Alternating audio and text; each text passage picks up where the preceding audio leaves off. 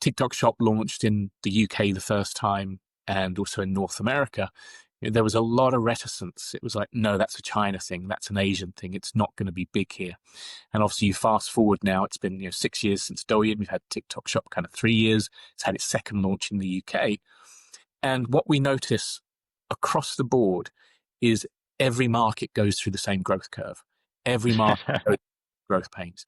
It's not just a uniquely Chinese thing. It's not just a uniquely Southeast Asian thing. It's human behavior. And that's what causes that growth.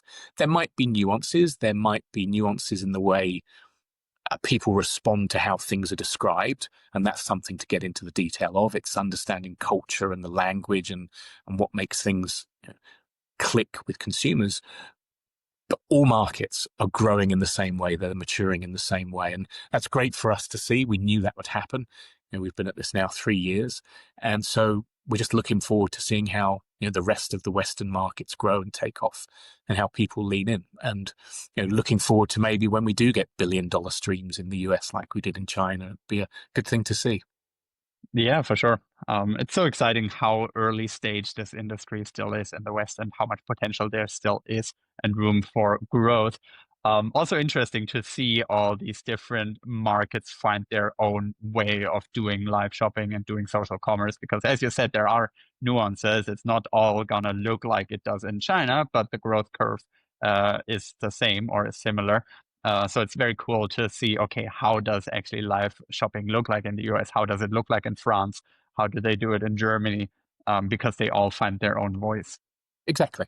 And I think the really interesting thing about Europe is going to be that cross-border nature, which I think will accelerate, the growth and acceptance among the small and medium businesses.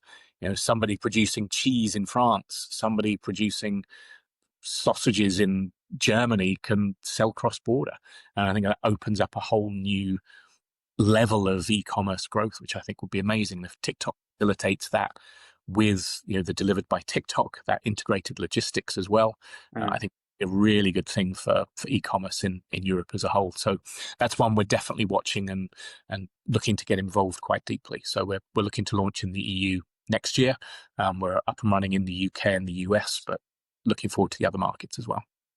Is that already live, that you can sell cross-border through TikTok Shop in Europe? Yep, you can. So in the markets where it's launched, so I know France, Germany, I believe Spain, Italy, Spain? Italy, yeah. Other markets will come online.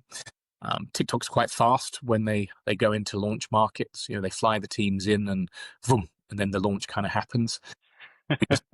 We had Japan launch earlier this year, kind of August, September. We've got Australia and New Zealand. We believe the launch is imminent as we're seeing a movement of TikTok Shop folks into the market to help with that. I think next, which I think will be another interesting market, just purely because of the way it's grown as an e-commerce market in the whole, is Africa. And I think that's going to be super exciting to see. It's mobile first. They're big on TikTok. Shop, I think, would just be that natural evolution. And again, we're really looking forward to that.